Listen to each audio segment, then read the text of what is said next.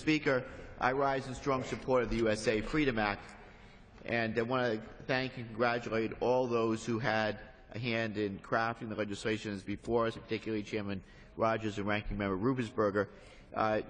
Changes to our national security program should not be taken lightly, and this compromise legislation is the result of vigorous debate and careful consideration.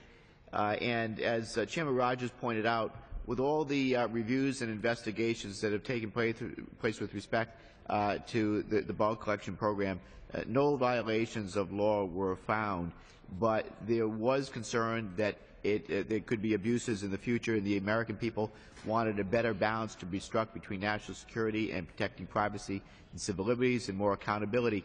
And many of have expressed concerns about the sanctity of their civil liberties, and I share that concern. I firmly believe that this legislation protects that privacy by ending bulk metadata collection while still safeguarding our national security.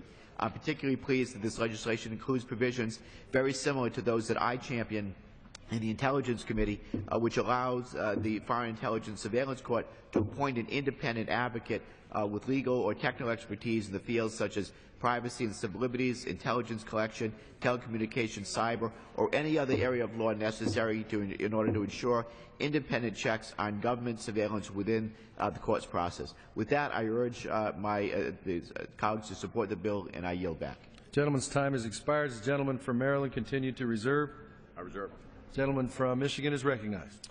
Thank you. I just want to briefly thank Mr. Langevin, who has done not only incredible work on this particular bill, but his work on cybersecurity should make Americans proud of his effort to move that ball down the field.